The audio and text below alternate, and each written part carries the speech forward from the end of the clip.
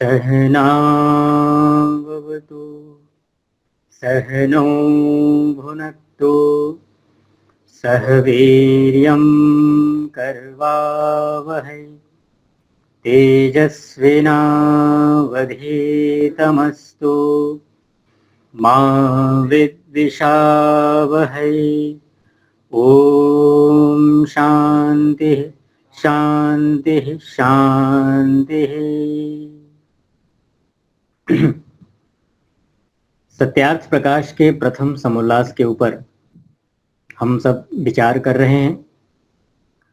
कल हमने ईश्वर के निराकार, निरंजन और गणेश, गणपति और विश्वेश्वर, और उसमें बताया था कि चिति और देवी गुणों के ऊपर हमने विचार किया था। आज और शक्ति के ऊपर भी हमने कर लिया था। आज जो जिस गुण के ऊपर हम विचार करेंगे वो है ईश्वर का श्री। श्री का मतलब क्या होता है? शोभा। तो यहाँ जो श्री अर्थ है वो सेवायाम, एक धातु है संस्कृत में, श्री, श्रीय सेवायाम, यानी जो श्री धातु से जो ये श्री शब्द बना है वो किस अर्थ में लिया जाएगा? सेवा अर्थ में। तो उसी को बताने जा रहे हैं यहाँ स्वामी जी कि श्रीय सेवायाम, इस धातु से श्री शब्द सिद्ध होता है। यह श्रीयते सेव्यते सर्वेण जगता विद्वद्भिः योगिभिश्च स श्री ईश्वरः। तो कह रहे हैं कि जिसका सेवन, यह श्रीयते, यह मतलब जिसका सेवन सब जगत विद्वान और योगी जन करते हैं। किसका सेवन? ईश्वर का सेवन। सब विद्वान और योगी लोग जिसका सेवन करते हैं, इससे उस परमात्मा का नाम श्री है। तो सेवन क्यों करते हैं? क्योंकि जो अच्छी वस्तु होती है उसी का लोग सेवन करते हैं, उसी को चाहते हैं। तो ईश्वर जो है शोभा का केंद्र है, ईश्वर सेवन करने योग्य है, ईश्वर चाहने योग्य है। इसलिए सब कहा कि सर्वेण जगता विद्वद्भिः योगिभिश्च स ईश्वरः, यानी सब जगत के जो विद्वान और योगी लोग हैं ईश्वर को निर्विवाद रूप से स्वीकार करते हैं। ईश्वर को सर्वव्यापक, सर्वश्रेष्ठ, सबसे महान मानते हुए ईश्वर को स्वीकार करते हैं। एक स्वर में जितने भी वैदिक विद्वान हैं, वेदों को पढ़ने वाले, वेदों को समझने जानने वाले जो विद्वान हैं, वो ईश्वर को श्री नाम से यानी सेवन करने योग्य स्वीकार करते हैं, मानते हैं। अब आगे जो बता रहे हैं ईश्वर के विषय में कि ईश्वर का नाम लक्ष्मी है। लक्ष्मी से हम यहाँ लोक में क्या लेते हैं? धन संपत्ति, रुपया पैसा आदि जो कुछ भी। तो लक्ष्मी से हम इस प्रकार से ग्रहण करते हैं। लेकिन यहाँ जो ईश्वर का नाम लक्ष्मी है उसका कुछ विशेष अर्थ है। वो विशेष अर्थ क्या है? तो वो यहाँ पर स्वामी दयानंद जी ने बताया है। मेरे में संख्या 77 होगी, आप में कुछ एक दो अंक आगे पीछे हो सकता है। तो लक्ष्य दर्शनांक नयो, लक्ष्य शब्द से लक्ष्मी बनता है, लक्ष्य धातु से लक्ष्मी शब्द बनता है। और लक्ष्य जो धातु है वो किस अर्थ में है? तो कहा दर्शन और अंकन, दर्शन और अंकन अर्थ में इस धातु से लक्ष्मी शब्द सिद्ध होता है। यो लक्षयति पश्यति अंकते चिन्हयति चराचरम जगत।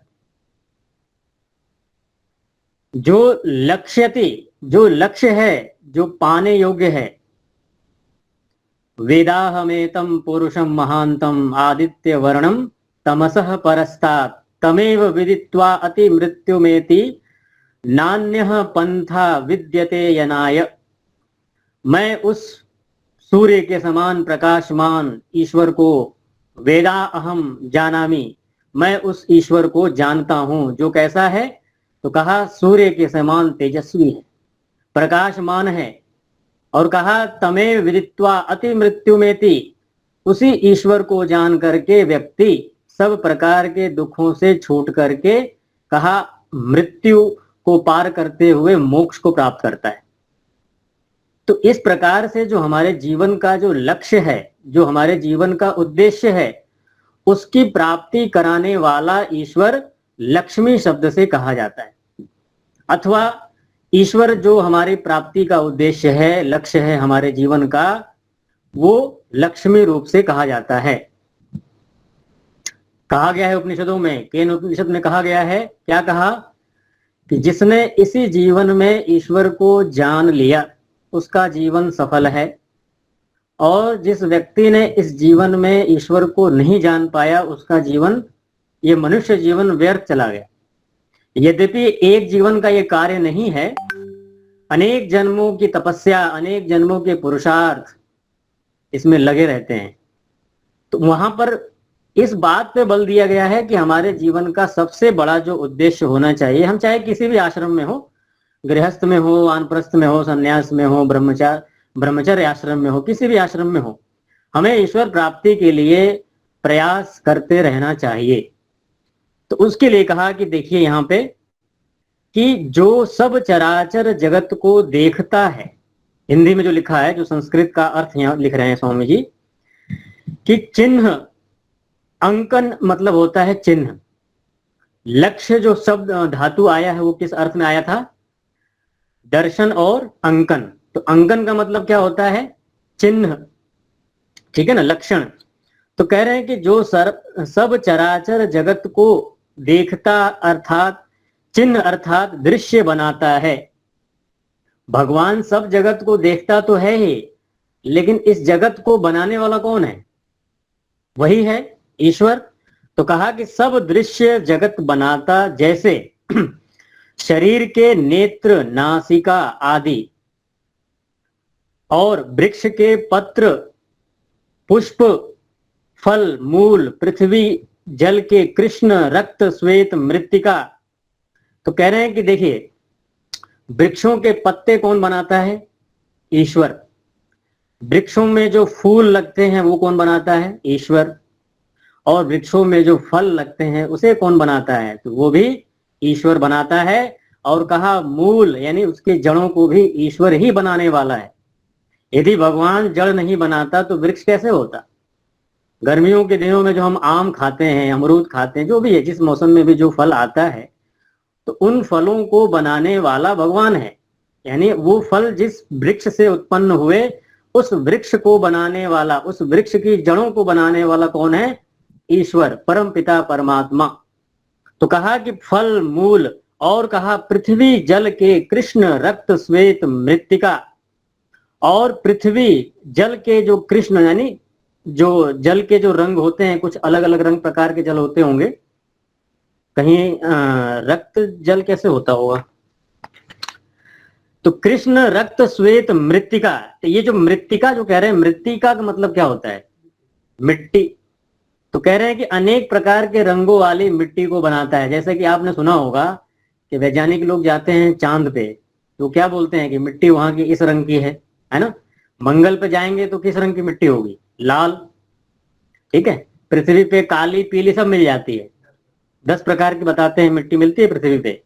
तो इन सब रंगों वाली मिट्टी को बनाने वाला कौन है? ईश्वर है। और कहा पाषाण आदि, ये जितने भी ये पत्थर आदि हैं, इनको भी कौन? पाषाण मतलब क्या होता है? पत्थर। तो इन पत्थर आदि को भी कौन बनाता है? ईश्वर ही बनाता है। उसी की व्यवस्था में, उसी के ही रचना में ये सब बनाए जाते हैं, बनते हैं। और चंद्र, सूर्य आदि चिन्ह बनाता है। चांद और सूरज को भी भगवान ही बनाता है और तथा सबको दिखाता है। भगवान ने यदि सूर्य नहीं बनाया होता तो जैसे हम और आप बैठ के यहाँ पढ़ रहे हैं, एक दूसरे को देख ही नहीं पाते, ये संसार नहीं रहता, बिजली नहीं होती, अग्नि वायु नहीं होता, क्योंकि सब अग्नि सबका केंद्र है, सबका कारण है। अग्नि है तो हम हैं। भोजन जो कुछ भी हम करते हैं, अगर पेट में अग्नि न हो तो क्या उस भोजन को हम पचा सकते हैं? नहीं। तो पेट में अग्नि है तभी हम भोजन पचाते हैं, और बाहर भी अग्नि है इसलिए भोजन को पकाते हैं, और सूर्य की अग्नि है इसलिए अन्न भी खेतों में पकाए जाते हैं। तो इतना महत्व है अग्नि का, इतना महत्व है ईश्वर के बनाए सूर्य का। और कहा जो सब शोभाओं की शोभा है, जैसा कि मैंने आपको बताया कि भाई लक्ष्मी, बताते ना कि लक्ष्मी घर की शोभा होती है। स्त्री को भी मनुस्मृति में क्या कहा, अभी कुछ दिन पहले मैंने ग्रुप में डाला भी था, आप लोगों ने देखा होगा कि लक्ष्मी घर की, यानी स्त्री जो होती है देवी, वो घर की शोभा है। जिस घर में देवी स्वरूप स्त्री नहीं है वो घर मतलब वो शमशान है, ऐसा कहा जाता है। तो महर्षि मनु को तो बदनाम किया गया है, अरे ये तो ऐसी ऐसी बातें लिखते हैं, स्त्रियों को सम्मान का दर्जा नहीं देते हैं। लेकिन इसलिए लोग भ्रमित हो गए कि मनुस्मृति में अनेक उत्पटांग श्लोकों का प्रक्षेप किया गया, मिलावट की गई, इससे महर्षि मनु को बदनाम किया गया। महर्षि मनु जो विशुद्ध मनुस्मृति आप पढ़ेंगे, कालांतर में सत्यार्थ प्रकाश हो जाए तो हम मनुस्मृति भी, या बीच में भी अगर समय हो तो हम करेंगे उसको भी। तो मनुस्मृति जो विशुद्ध है उसमें स्त्रियों का सम्मान का जो दर्जा दे रहे हैं मनु महाराज, वो आप पढ़ेंगे तो आप कहेंगे वाह, मनु महाराज कितना सम्मान देते हैं स्त्रियों को। तो वो लिखते हैं कि भाई जहां जिस घर में देवी स्त्री की पूजा होती है वो घर स्वर्ग जैसा हो जाता है। उस घर में हर प्रकार की खुशियां, सामर्थ्य, संपदाएं, सब कुछ रहता है। तो उसके लिए कहा कि वो जो है शोभा होती, तो इसलिए कहा जाता है कि वो लक्ष्मी है। और जो वेदादि शास्त्रों, धार्मिक विद्वानों और योगियों का लक्ष्य है। ईश्वर का नाम लक्ष्मी क्यों है, जैसे मैंने अभी ऊपर बताया आपको कि जो योगी और विद्वान लोग हैं उन सबका ईश्वर ही लक्ष्य है। उन्हें और कुछ नहीं चाहिए, उन्हें ना धन संपत्ति चाहिए, ना भूमि भवन, नौकर चाकर, परिवार, पुत्र पुत्री, कुछ नहीं चाहिए, उसे सिर्फ ईश्वर चाहिए। क्यों चाहिए? क्योंकि ये सब के सब तो समाप्त हो जाएंगे, ये सब के सब संबंध खत्म हो जाएंगे, लेकिन ईश्वर के साथ जो संबंध होता है वो कभी भी समाप्त नहीं होता। इसलिए वो लोग ईश्वर को ही लक्ष्य बनाते हैं। और कहा इससे उस परमेश्वर का नाम लक्ष्मी है। तो ये बड़ा विस्तृत अर्थ यहाँ पर स्वामी जी ने लिखा है, इसको आप पढ़िएगा। जहां भी समझ में नहीं आता है आप तत्काल नोट कीजिए, शंका समाधान के प्रसंग में उसका समाधान भी करेंगे। आगे ईश्वर का एक सबसे महत्वपूर्ण जो गुण है वो बता रहे हैं, सरस्वती। सरस्वती की मूर्ति बना करके लोग उसकी आराधना करते हैं। तो वैसे सरस्वती बताते हैं कि वाणी पर वास करती है ना, जिसके वाणी पे सरस्वती का वास, ऐसा कहते हैं, होता है, तो उसकी वाणी कभी व्यर्थ नहीं जाती। तो वास्तव में जो वाणी में सरस्वती निवास करती है वो कौन सी सरस्वती है, वो यहाँ आपको समझने को मिलेगा। कोई ऐसे ही नहीं है कि दो हाथों दो पैरों वाली सरस्वती कोई आके वाणी में बैठ जाती है, ऐसा नहीं है। तो देखिए सरस्वती जो शब्द बना वो एक धातु है संस्कृत में, श्री। किस अर्थ में है? गति अर्थ में। और गति के 3 अर्थ होते हैं, मैंने आपको बताया है। कौन कौन से? ज्ञान, गमन और प्राप्ति। ये तीनों अर्थ गति से लिए जाएंगे। तो इसका मतलब ये हुआ, ये जो श्री धातु है इसका तीनों अर्थ होगा। ज्ञान अर्थ भी लिया जाएगा, गमन भी लिया जाएगा और प्राप्ति भी ली जाएगी। तो देखिए इस धातु से सरस, श्री धातु से क्या बना? सरस, और उससे एक प्रत्यय है मतुप। तो मतुप और गीप 2 प्रत्यय होने से सरस्वती शब्द सिद्ध होता है। इसको खोल रहे हैं कि सरस्वती का अर्थ क्या है। तो कह रहे हैं सरो विविधम ज्ञानम विद्यते यस्याम। सरो विविधम ज्ञानम विद्यते यस्याम चितौ चितौ सा सरस्वती। तो सरस्वती किसे कहते हैं? तो कह रहे हैं कि विविध ज्ञानम विद्यते यस्याम, जिसके अंदर विविध प्रकार के ज्ञान विज्ञान विद्यमान हैं, उसे क्या कहेंगे? और कहा चितौ, चित्त में, ठीक है, यानी ईश्वर में यहां पे लेंगे। तो कह रहे हैं कि जिसके अंदर विविध प्रकार के ज्ञान विज्ञान हैं वह सरस्वती। उसी को हिंदी में देखिए, जिसको विविध विज्ञान शब्द अर्थ संबंध प्रयोग का ज्ञान यथावत होवे, उससे उस परमेश्वर का नाम सरस्वती है। ईश्वर जो कुछ भी जानता है वो शब्द अर्थ और संबंध पूर्वक जानता है। यद्यपि हम भी व्यवहार में यदि केवल शब्दों का प्रयोग किया जाए, अर्थ और संबंधों को यदि हम नहीं जानते हो तो भी हम व्यवहार नहीं कर पाएंगे। जैसे उदाहरण के लिए मान लीजिए कि कोई ऐसा शब्द आपके सामने उच्चारण किया गया और उस अर्थ से जिस शब्द का उच्चारण किया और वो शब्द जिस अर्थ को कह रहा है उस अर्थ को आप नहीं जानते, न कभी देखा न कभी सुना, ठीक है, उस अर्थ को आप नहीं जानते और उसका फिर संबंध भी नहीं जानते, तो वो शब्द हम चाहे जितनी बार भी बोलें आपको कोई फर्क नहीं पड़ेगा। आप यही कहेंगे कि भाई ये क्या बोल रहे हैं, हमें तो कुछ समझ में आ नहीं रहा है। उदाहरण के लिए मान लीजिए कि आपको तेलुगु भाषा नहीं आती, तमिल नहीं आती, मलयालम नहीं आता, कन्नड़ नहीं आती, उदाहरण के लिए, तो वो जो व्यक्ति है उस भाषा को बोलने वाला आपके सामने चाहे वो कितनी बार भी कुछ भी कहे आप नहीं समझ पाएंगे ना, आप समझ ही नहीं सकते कि वो क्या कह रहा है। अब कोई जर्मन वाला व्यक्ति आ जाए जर्मनी में बोलना शुरू कर दे तो आप नहीं समझ पाएंगे। तो इससे क्या सिद्ध हुआ, इससे यह बात सिद्ध होती है कि हमें शब्द के साथ उसका अर्थ भी जानना आवश्यक है और अर्थ जानते हुए उसके संबंधों का भी हमें ज्ञान होना चाहिए कि भाई जो अर्थ कहा जा रहा है उसका हमारे जीवन के साथ संबंध क्या है। तो इसलिए तीन चीजों को जानना परम आवश्यक है, शब्द, अर्थ और संबंध। इसीलिए किसी भी श्लोक, किसी भी मंत्र का यदि आप स्वाध्याय करते हैं, पढ़ते हैं, सुनते हैं, तो यदि उसके अर्थों को नहीं जानते तो वो क्या है, जैसे गधा अपने ऊपर भार ढोता है ना, तो भार का गधे को क्या लाभ होता है, कोई लाभ नहीं होता। तो ये गधा शब्द प्रयोग कौन कर रहा है, ये शास्त्रकार खुद कह रहे हैं, स्थाणु रयम भार हार किलाद अभुद विजानियात न विजानियात, कि भाई भार ढो रहा है लेकिन उसके अर्थों को नहीं जानता, यो अर्थम न जानाती, जो उसके अर्थों को नहीं जानता और फिर वो भद्र को भी प्राप्त नहीं करता, कल्याण को प्राप्त नहीं होता। तो हमें व्यवहार में भी देखा जाता है कि हम अर्थ भी जानना चाहते हैं, उसी प्रकार से यहां भी हमें समझना चाहिए। तो कहा कि भाई जो शब्द, अर्थ और संबंधों का प्रयोग यथावत जानता है उस ईश्वर का नाम क्या है, सरस्वती। तो ऐसी सरस्वती हमारे वाणी पे हो तो इसका क्या अर्थ लेंगे, इसका ये अर्थ लेंगे कि जब ये ज्ञान विज्ञान से जब हम युक्त होते हैं तो सरस्वती हमारी वाणी पे निवास करती है, यानी हमें सारे प्रमाण, सारे मंत्र, सारे श्लोक हर समय याद रहते हैं। जब किसी को कोई बात समझानी होती है तो यदि हमारी वाणी पे विद्या रूपी सरस्वती, ध्यान दीजिएगा, कौन सी सरस्वती, विद्या रूपी सरस्वती यदि हमारी वाणी पे है तो हम अपनी बात या किसी के कहे हुए किसी प्रश्न का समाधान भी हम कर पाएंगे। तो इसलिए यहाँ पर ईश्वर जो है सभी विद्याओं का आधार होने से क्या है, सरस्वती। आगे कहा सर्वाः शक्तयो विद्यन्ते यस्मिन् स सर्वशक्तिमान ईश्वरः। ईश्वर सर्वशक्तिमान है, क्यों है, क्यों उसके अंदर सब प्रकार की शक्तियां हैं, कैसे है, तो कह रहे हैं कि सभी प्रकार की शक्तियां जिसके अंदर हैं वो कौन है, सर्वशक्तिमान, जो अपने कार्य करने में किसी अन्य की सहायता की अपेक्षा नहीं करता।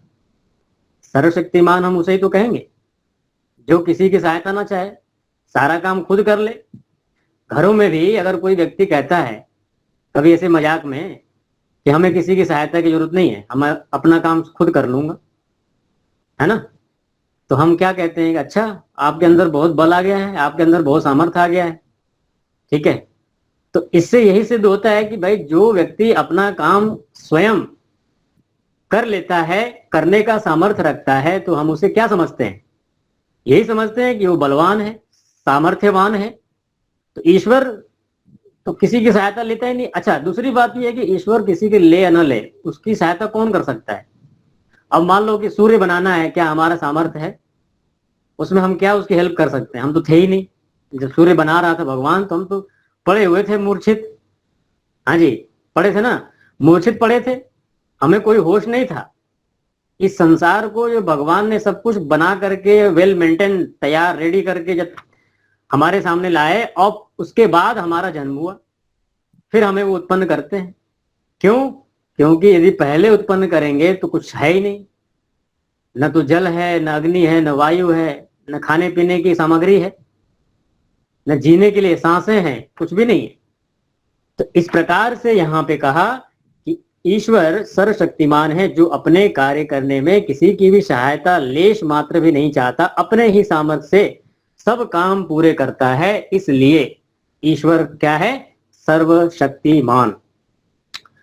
अगला जो बताया ईश्वर का गुण, एक बताया सबसे महत्वपूर्ण, जो कि आर्य समाज के दूसरे नियम में ये भी है, सर्वशक्तिमान भी है, न्यायकारी।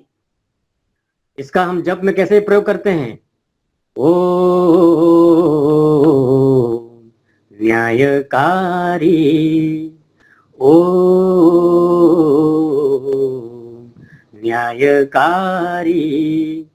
तो जब आप जप में इसका प्रयोग करेंगे तो न्यायकारी को ऐसे उच्चारण करेंगे, ओम न्यायकारी। हे ईश्वर, आप न्यायकारी हैं, आप कभी भी किसी के साथ भी अन्याय तिल भर भी, रत्ती भर भी आप नहीं करते हैं। तो उसी को बता रहे हैं कि न्यायकारी शब्द कैसे बना और उसका विशेष अर्थ क्या है। देखिए, संस्कृत में एक धातु है णीय प्रापणे, णीय प्रापणे। कह रहे हैं इस धातु से न्याय शब्द पहले बना। पहले क्या बना? न्याय शब्द सिद्ध होता है। और न्याय कहते किसे हैं? तो महर्षि गौतम ने अपने न्याय दर्शन में कहा, प्रमाण ही अर्थ परीक्षणम न्याय। प्रमाणों के द्वारा अर्थ का परीक्षण करना न्याय है। तो कहा यह वचन न्याय सूत्रों के ऊपर वात्स्यायन मुनिकृत भाष्य का है। क्या कह रहे हैं? कि पक्षपात रहित राहित्याचरणम न्याय। क्या कहेंगे इसको?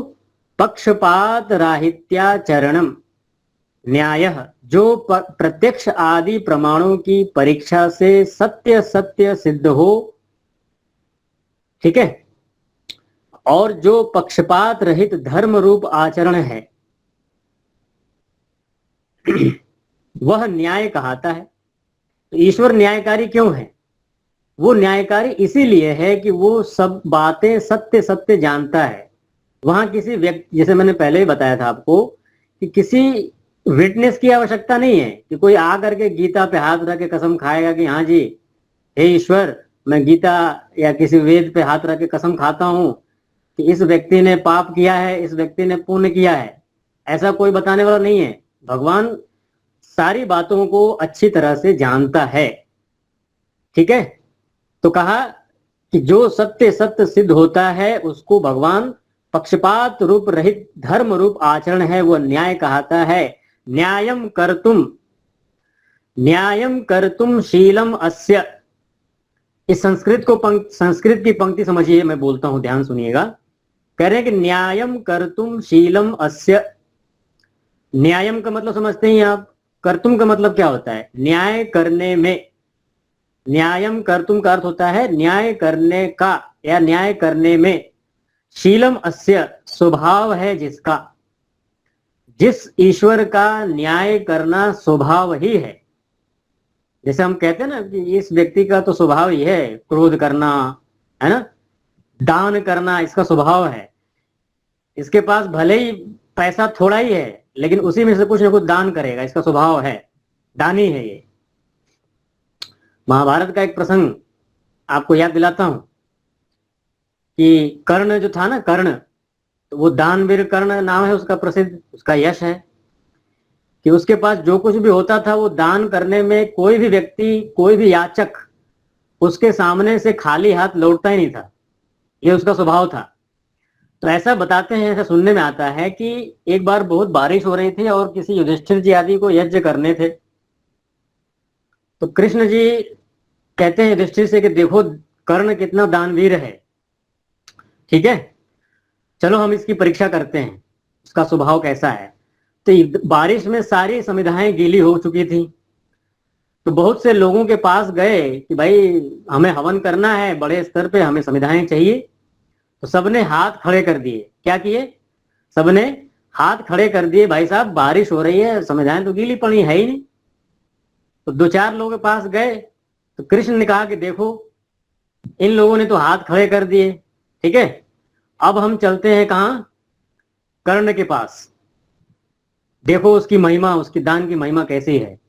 तो जब गए कर्ण के पास तो कहा, हे दानवीर कर्ण, हम लोग आपके पास कुछ मांगने आए हैं। तो कर्ण कहता है, हाँ कहिए महाराज आपकी क्या सेवा कर सकता हूँ।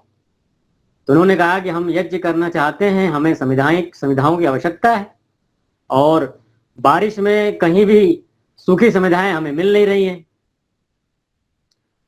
तो कर्ण थोड़ी देर सोचता है, फिर कहता है कि थोड़ी देर रुकिए, हम अभी आते हैं, ठीक है। तो अंदर जाकर के वो अपनी चंदन की दीवार, चंदन के जो दरवाजे थे उसको उखड़वा करके दान कर देता है, ले जाइए हवन कीजिए इससे। चंदन के दरवाजे को निकाल करके वो दान कर देता है, ले जाइए, हवन करना सबसे महत्वपूर्ण है। इतनी तो धार्मिकता इनके अंदर भी थी, क्योंकि वो काल कौन सा था, तो सारे के सारे गुरुकुल में पढ़े हुए थे, थोड़ी सी बुद्धि बस खिसक गई थी, बस अधर्म का साथ दे दिया, ठीक है। लेकिन भावनाएं तो वही थी, वैदिक, सारे के सारे सब गुरुकुल में पढ़े हुए थे, सबके गुरु यही सब थे, द्रोणाचार्य आदि। लेकिन थोड़ी सी जो कमी या थोड़ा सा दोष जो आ गया, उसके कारण से इनका नाश हो गया। तो इस प्रकार से शास्त्रों में, वैदिक साहित्यों में दान की महिमा खूब बताई गई है, एक से बढ़कर एक दानी महान भाव हुए हैं हमारे यहाँ। तो कह रहे हैं कि जो ईश्वर पक्षपात रहित है और जिसका न्याय करने का ही स्वभाव है, जैसे मैंने आपको बताया कि दान करने का स्वभाव किसका है, किसी व्यक्ति विशेष का। जैसे हम कहते हैं कि ये बड़ा ही परोपकारी है, इसका परोपकार करना बड़ा स्वभाव है, हर व्यक्ति की मदद करता है, हर व्यक्ति की सहायता करने के लिए हर समय एक पैरों पे खड़ा रहता है, ऐसा बोलते हैं। तो वही कह रहे हैं कि न्याय करना ही, न्यायम कर्तुम शीलम अस्य, न्याय करना जिसका स्वभाव है। और कह रहे हैं स न्यायकारी ईश्वर, जिसका न्याय अर्थात पक्षपात रहित धर्म करने का ही स्वभाव है। भगवान चाहे हम कितना ही गिर जाएं, कितने ही पतित हो जाएं, भगवान कभी भी अपना स्वभाव नहीं छोड़ता। वो दंडित करता है सुधार के लिए, लेकिन फिर से अपना लेता है, सीने से लगा लेता है।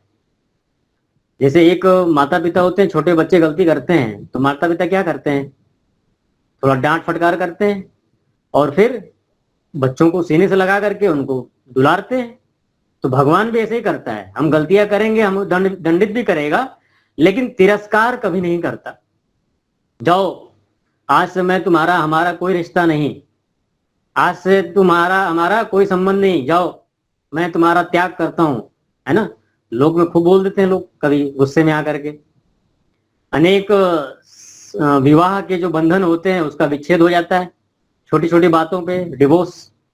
जाओ, आज के बाद तुम्हारा हमारा कोई संबंध नहीं, ना हम तुमको जानते हैं ना तुम हमें जानते हो, हम तुम्हारे लिए और तुम हमारे लिए क्या हो गए, मर गए, ठीक है। तो इस प्रकार से लोग तिरस्कार कर देते हैं, लेकिन भगवान तिरस्कार करेगा तो लोग जाएंगे कहाँ, उसको छोड़ कहाँ जाएंगे, क्योंकि वो हर जगह है। तो इसलिए भगवान का स्वभाव है, हर समय वो गले लगा के रखता है। ऐसे ईश्वर के स्वरूप को हमें जानना चाहिए। अगला एक और बताया गुण ईश्वर का, जो सबसे महत्वपूर्ण बताया, दयालु। ईश्वर बड़ा दयालु भी है, लेकिन क्या है कि लोग दयालु का कुछ और अर्थ समझ लेते हैं कि जो हमारे पापों को क्षमा कर देता है, हम कोई भी दुष्ट कर्म करेंगे तो भगवान माफ कर देगा, तो दयालु का ये स्वभाव समझते हैं, लेकिन ऐसा नहीं है। दयालु का क्या गुण है, देखिए यहां पे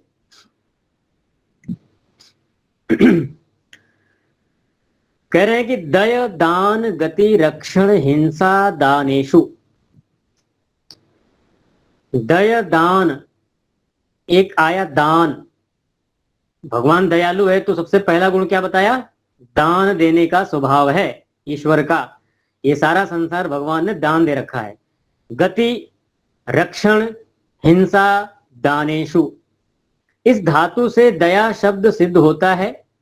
तो कह रहे हैं कि दयते ददाति जानाति गच्छति रक्षति हिनस्ति यया सा दया। तो कह रहे हैं कि दयते ददाति, जो देता है, हर समय देने का स्वभाव रखता है भगवान। और कह रहा है जानाति गच्छति रक्षति। और जानाति का मतलब क्या होता है आपको मैंने बताया भी है। जानाति मतलब जानता है, ठीक है ना। तो जो जानता है, और गच्छति का मतलब, गच्छति का मतलब संस्कृत में तो होता है जाता है। भगवान कहीं जाता तो है नहीं, ठीक है ना। तो जैसे मैंने बताया गति के तीन अर्थ, ज्ञान, गमन और प्राप्ति। तो जाता है का अर्थ क्या लेंगे आप? जाता है का अर्थ होगा कि ईश्वर हर जगह है, हर जगह पहुंचा हुआ है। वेद का एक मंत्र है ना, अनेजदेकम मनसो जवीयो नैन देवा आपनुवन पूर्वमर्षत तद्धावतो ज्ञानत्येति तिष्ठत तस्मिन् नपो मातरिश्वा दधाति। ईश्वर अनेजदेकम, हिलता डुलता नहीं है। मनसो जवीयो, मन से भी अत्यंत वेगवान है। और तद्धावतो, बड़ी ही दूर तक उसकी पहुंच है, दौड़ लगाता है खूब।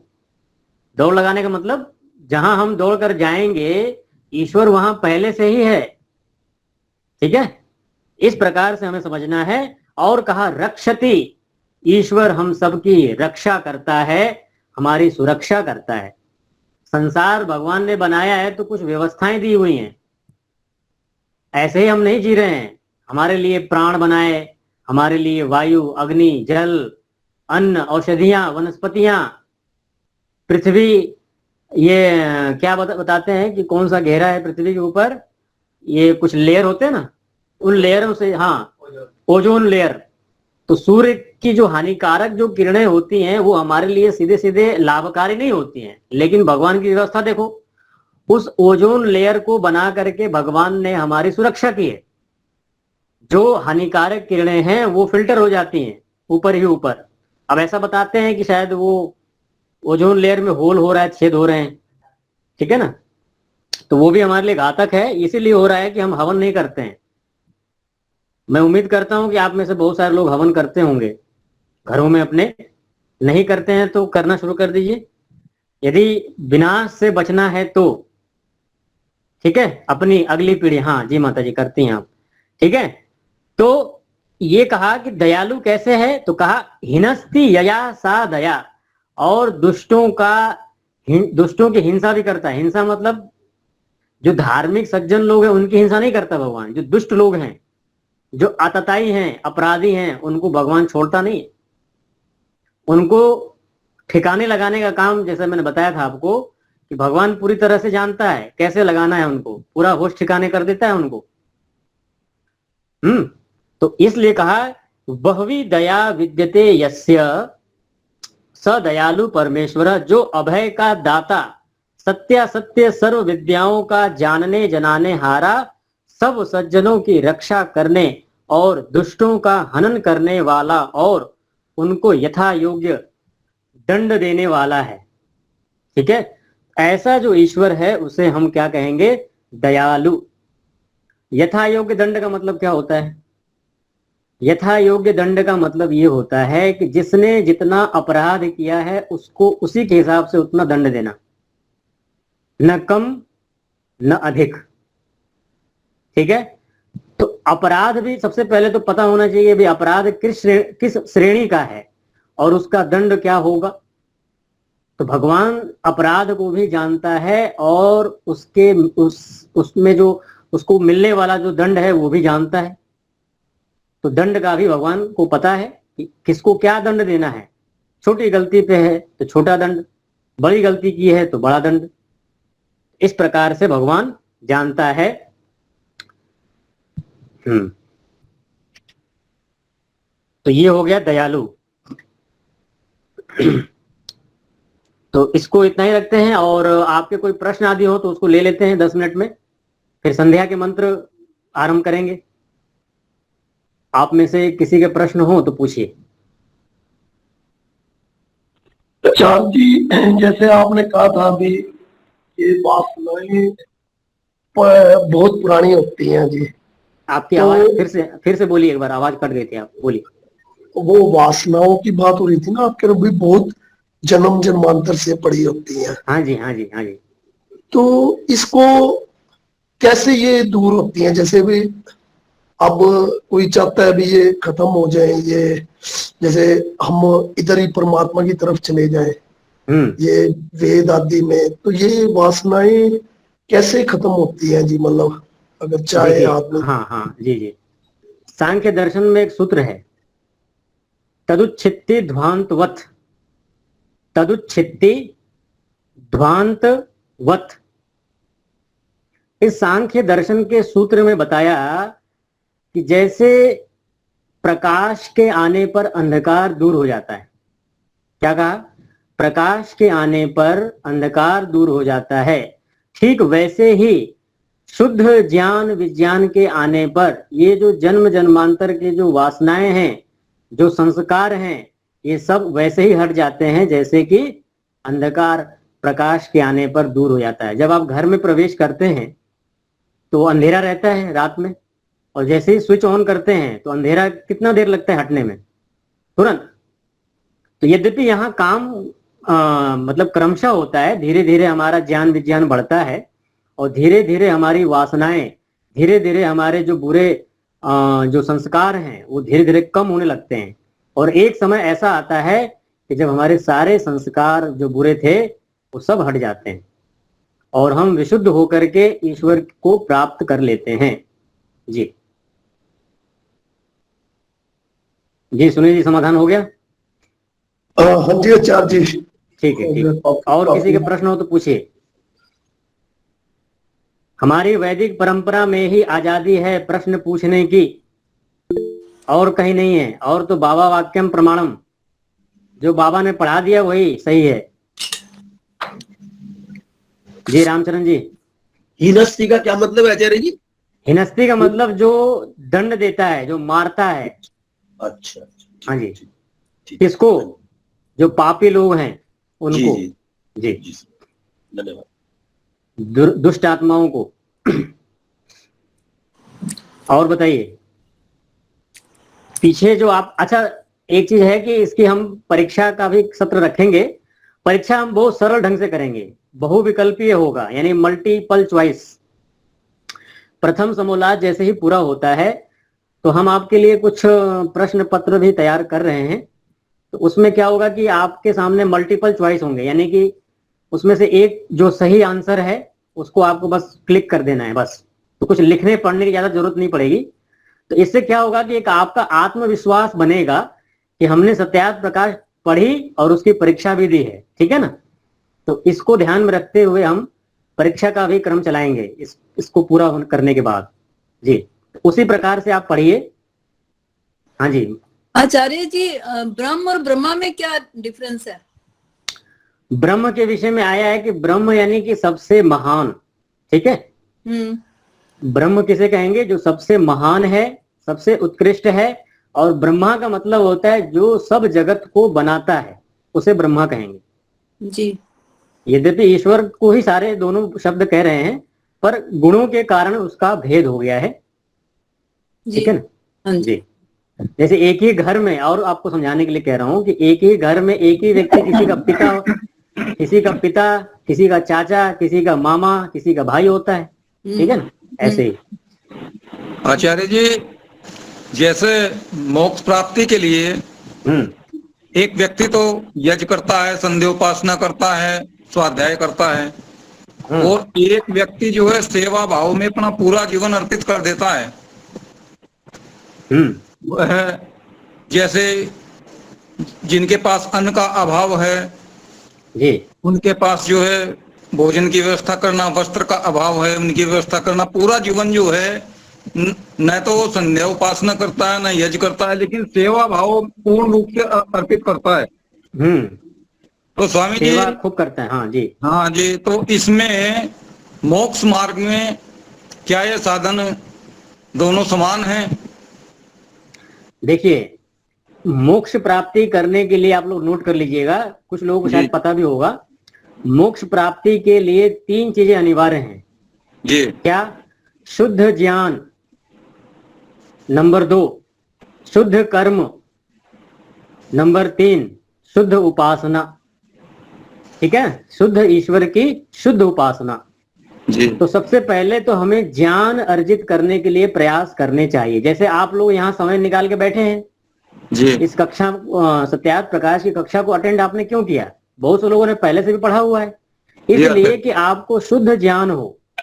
क्योंकि शास्त्र कहता है आवृत्ति ही असकृत उपदेशात, जी मतलब जो ज्ञान है, जो विद्या है, उसकी बार बार आवृत्ति करनी चाहिए। जी सत्यार्थ प्रकाश एक बार पढ़ लेने से आपको विद्या नहीं आएगी। ध्यान दीजिएगा, जी गुरुदत्त विद्यार्थी जी ने कितनी बार पढ़ा था? 17 बार। फिर भी कहते हैं कि जब भी मैं पढ़ता हूं मुझे बार बार कुछ न कुछ नया मिलता है। ठीक है, तो जी। हमने अपने जीवन में कितनी बार पढ़ा पूरी सत्यार्थ प्रकाश? तो कोई एक बार, कोई 2 बार, कोई बहुत ज्यादा होगा तो 3-4 बार। ठीक है ना? जी आचार्य जी। तो अच्छी बात है, बार बार पढ़नी चाहिए, लेकिन 1-2 बार 3 बार पढ़ने से सारी बातें हमें याद थोड़ी रहती हैं, इसलिए इसे बार बार पढ़नी चाहिए। तो सबसे पहले ज्ञान अर्जित करना है। कौन सा ज्ञान? शुद्ध ज्ञान, तत्व ज्ञान। और कहा शुद्ध कर्म, यानी कर्म भी हमें करना है। ये कौन कह रहा है? वेद कहता है, कुर्वन्ने वेह कर्माणि जिजी विशेक्षतम समाह एवं त्वयि नान्य थे तो अस्ति न कर्म लिप्यते नरे। जी तो हमें कर्म भी करना है। कौन सा कर्म? निष्काम कर्म। निष्काम कर्म का मतलब क्या होता है? कि हम कर्म करें निष्काम भाव से करें। जैसे होता है, अरे हमने तो आपको पढ़ाया था, या हमने तो आपके लिए ये उपकार किए थे, आप तो हमें कुछ समझते ही नहीं है, यानी कोई अपेक्षा रख लेना किसी से। जी तो वो निष्काम कर्म मोक्ष प्राप्ति के लिए किए जाते हैं। ठीक है जी। तो इस प्रकार से निष्काम कर्म करना और शुद्ध ईश्वर की उपासना। जी आचार्य जी, जैसे संध्योपासना में बैठते हैं, मन उस समय संकल्प विकल्प अधिक उठाने लगता है, उसके लिए क्या उपाय करें? अधिक संकल्प विकल्प उठाने लगता है, जी तो अधिक संकल्प विकल्प उठाता है तो उसके पीछे यही है कि हमारा अभी हमारी रुचि नहीं है भगवान में, जी ईश्वर में हमारी रुचि नहीं होती है, तो इसलिए हम अनेक दूसरे विचारों को उठाते रहते हैं। नहीं, मन तो करता है कि जो है हम ईश्वर में लगे, ईश्वर का ध्यान करें, लेकिन मन का स्वभाव है मन का स्वभाव नहीं है। देखिए, मन जड़ है या चेतन? जड़ जड़ है। तो जड़ वस्तु अपने आप क्या गति करती है क्या? नहीं अब करती। आप ड्राइविंग करने के लिए आप बैठे और कहेंगे ड्राइव, भाई गाड़ी तो अपने आप भाग रही है, ठीक है, हम तो चला ही नहीं रहे हैं, और जाकर किसी को ठोक दीजिए तो पकड़ा कौन जाएगा? गाड़ी या आप? चेतन पकड़ा जाएगा। बस, तो मन अपने आप गति नहीं करता। यद्यपि इतना अभ्यासी हो गए हैं मन को दौड़ाने का कि हम आरोपित करते हैं मन को, यद्यपि मन गति नहीं करता अपने आप, हम ही कराते हैं। जी तो अभी संक्षेप में मैं बताता हूं और डिस्कस कर लेंगे। इतना जी। समझिए कि अभी हमारा अध्ययन में कमी है। अधिक से अधिक मोक्ष प्राप्ति के जो शास्त्र हैं उसका अध्ययन कीजिए आप। जी जैसे नोट कर लीजिए, ऋग्वेदादि भाष्य भूमिका का उपासना विषय पढ़िए। क्या क्या बोला मैंने? ऋग्वेदादि भाष्य भूमिका पुस्तक जो स्वामी जी ने लिखी है उसका जी, जी। उपासना प्रकरण पढ़िए। सत्यार्थ प्रकाश में मुक्ति विषय पढ़िए। ठीक है, तो देखिए मन क्यों नहीं मानेगा, बिल्कुल मानेगा। चलिए, तो ये शंका समाधान का सत्र यहीं रोकते हुए आगे जो हमारा अच्छा, संध्या का, हाँ जी एक जी एक बताइए। छोटा सा प्रश्न। जी अभी बताइए। आपने निष्काम कर्म योग के बारे में बताया सर, हाँ कि निष्काम कर्म करना है, लेकिन जी। स्वामी विवेकानंद जी तो कहते हैं कि निष्काम कर्म तो हो ही नहीं सकता। हाँ, वो उनके लिए कहा है कि जो अभी यौगिक स्तर पे नहीं आए हैं। यौगिक स्तर पे मतलब कहने का मतलब यह है कि जिनका अभी ज्ञान विज्ञान शुद्ध स्तर पे नहीं आया है उनके लिए कहा है। मतलब जो सामान्य जन है, ठीक है ना, तो जो सामान्य जन है वो पुण्य तो करेंगे लेकिन कुछ न कुछ अपेक्षाएं रखेंगे। क्या? कि भाई ये जो मैं कर रहा हूं इससे हमें ये मिलना चाहिए। लेकिन जो योगी टाइप के लोग होते हैं, जो आध्यात्मिक ज्ञान विज्ञान में सबसे ऊंचे स्तर पे पहुंचे हुए लोग हैं, वो इस प्रकार की किसी प्रकार की अपेक्षा नहीं रखते। ठीक है, वो तो बस भगवान से ही रखते हैं कि बस जो कुछ देना है तुझे ही देना है, हम इनसे नहीं चाहिए हमें। तो वो उनकी बात करते हैं जी। ठीक है, तो हम जो ईश्वर के गुणों के ऊपर विचार कर रहे हैं, उन गुणों का प्रयोग कहाँ करेंगे? हाँ जी, ये आप माइक बंद कर लीजिए। आर्य जी कौन है? बार बार माइक चालू कर रहे हैं आप जी। तो ईश्वर के, हाँ जी, पूछना है कुछ? हाँ जी, आपने कहा अपना ब्रह्मा कहते हैं जो सृष्टि की रचना करता है। हाँ जी। अब 4 ऋषियों ने ज्ञान दिया ब्रह्मा जी को, तो वहां ब्रह्मा जी कौन है फिर? अरे ब्रह्मा जी को 4 ऋषियों ने ज्ञान ने 4 ऋषियों ने ब्रह्मा को पढ़ाया ना। हाँ ठीक है। हाँ, तो वो फिर ब्रह्मा वहां पर कौन है? ब्रह्मा वो ईश्वर नहीं है? यहाँ देखिए, ये जो ब्रह्मा शब्द है ना, ये ईश्वर का वाचक है। स्वामी जी ने जो प्रथम समोल्लास में जो ब्रह्मा की चर्चा करते हैं, ठीक है, हाँ, तो वो ईश्वर के गुणों की चर्चा कर रहे हैं कि ब्रह्मा ईश्वर को कहेंगे तो क्यों कहेंगे? तो ब्रह्मा इसलिए कहेंगे कि वो सब जगत को बनाता है, ठीक है, ठीक है। इसलिए उसको ब्रह्मा कहेंगे।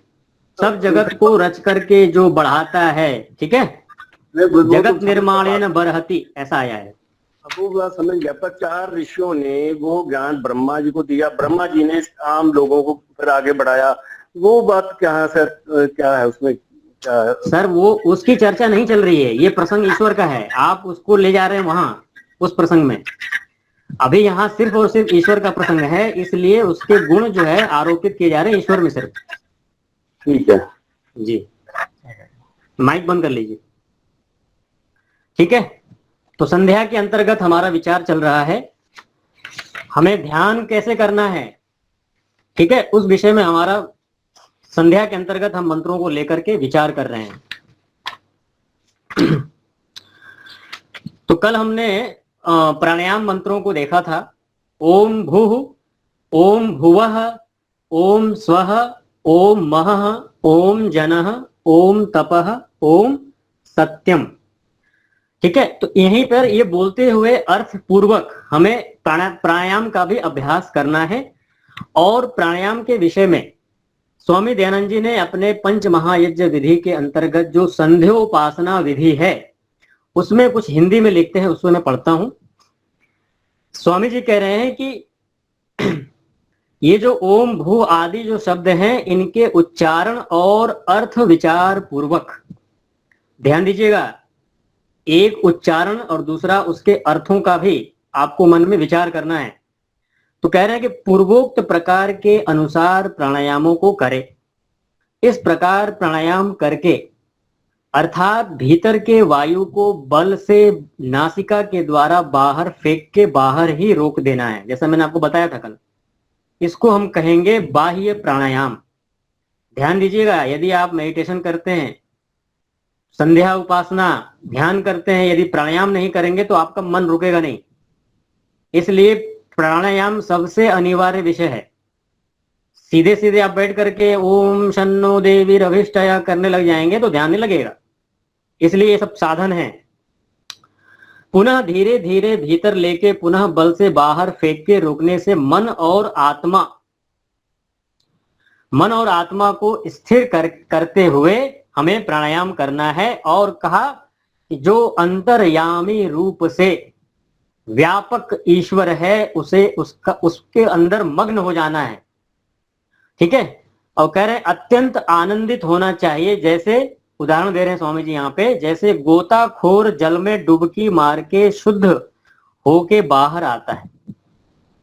जैसे गोताखोर क्या होता है कि जल के अंदर घुसता है ना, तो उसमें डुबकी मार के बाहर आ जाता है। तो ठीक वैसे ही हमें अपने आत्मा के अंदर डुबकी लगाना है। किसके अंदर? ईश्वर के अंदर, उसके ज्ञान विज्ञान के अंदर डुबकी मार करके हमें आनंदित होना है। तो कह रहे हैं वैसे ही सब जीव लोग अपने आत्माओं को शुद्ध ज्ञान आनंद स्वरूप व्यापक परमेश्वर में मग्न करके नित्य शुद्ध करें। अपने मन को हम शुद्ध इस प्रकार से करें। किस प्रकार से? प्राणायाम मंत्रों के द्वारा, ध्यान के द्वारा।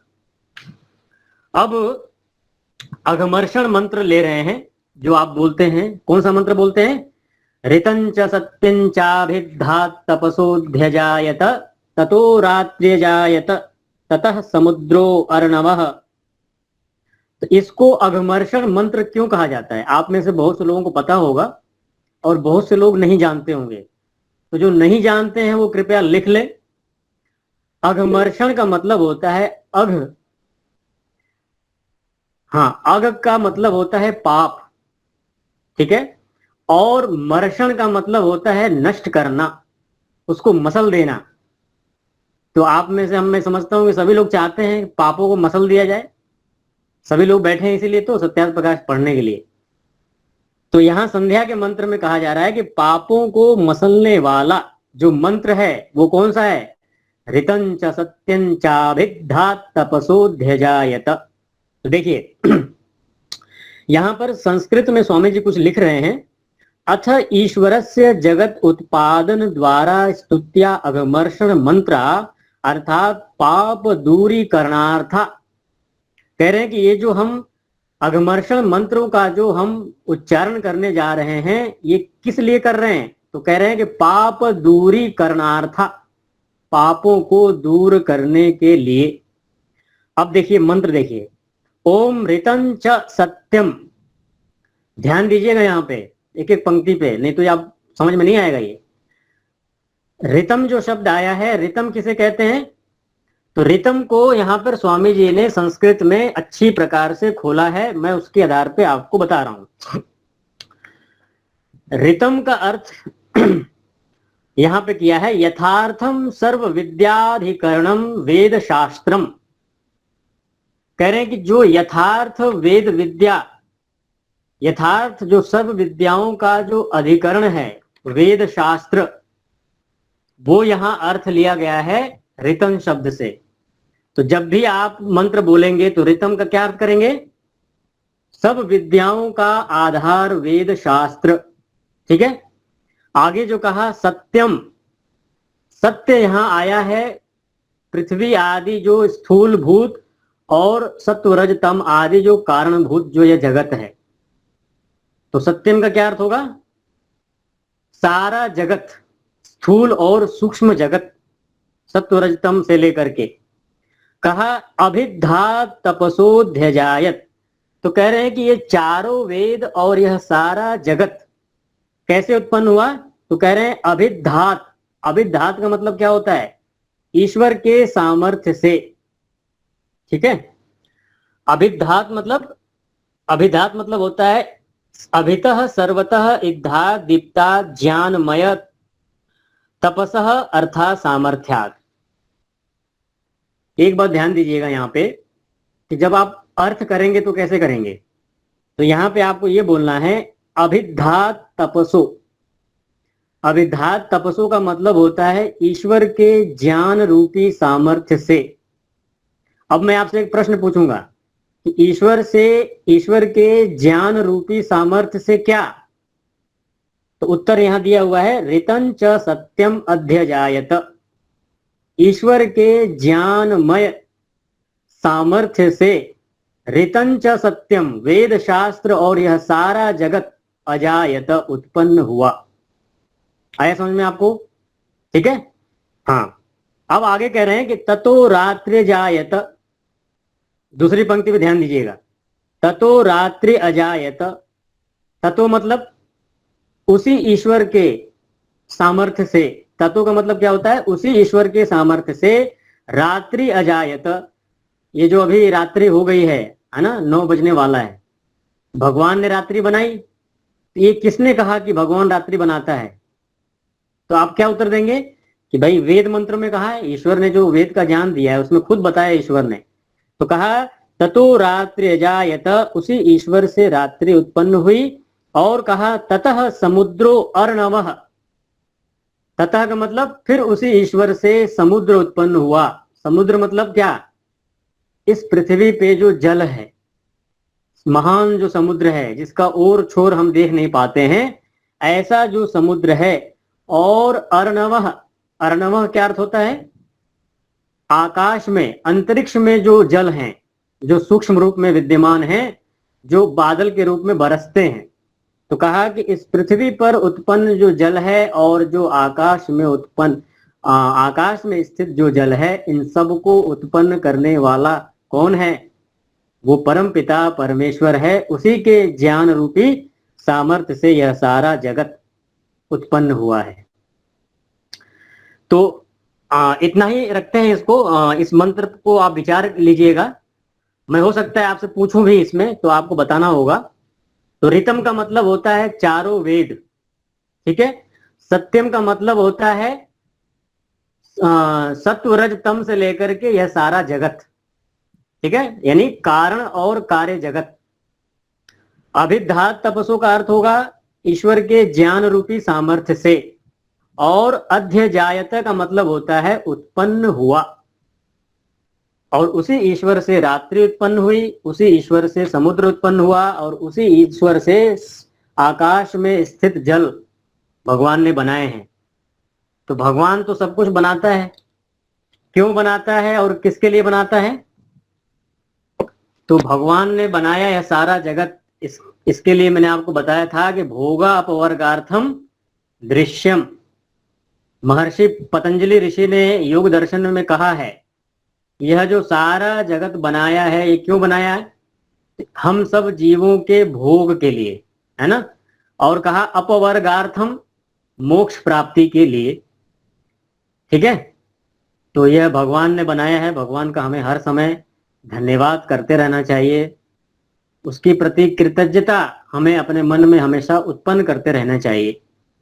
भगवान को हम कभी ना भूलें, उसके प्रति हर समय कृतज्ञ रहें, उसके प्रति समर्पित भाव से युक्त रहें, ऐसी भावना से हमें युक्त रहना चाहिए। इतना ही रखते हुए आज विराम देते हैं।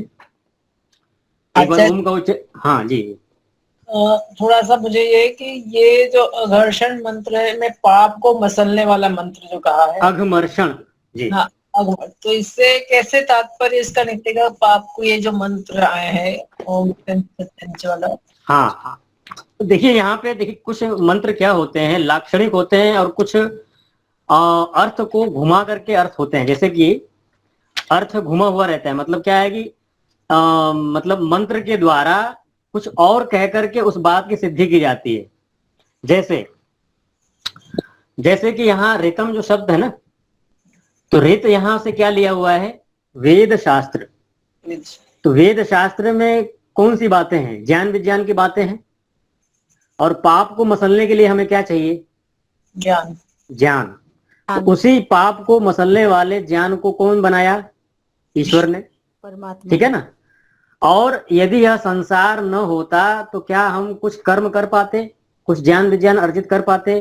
तो उसके लिए बताया सत्यम, ईश्वर ने यह सारा सूक्ष्म और स्थूल जगत बनाया, ठीक है ना। तो ये परंपरा से बात कही जाए, डायरेक्ट नहीं, इनडायरेक्ट कही गई है यहाँ। पाप हमारे इनडायरेक्टली नष्ट होंगे, ऐसा इस मंत्र का भाव है जी। एक बार ओम का उच्चारण कर लेते हैं, बाकी किसी को कुछ पूछना हो तो रुकेगा, बाकी लोग फिर अपना जा सकते हैं। ओम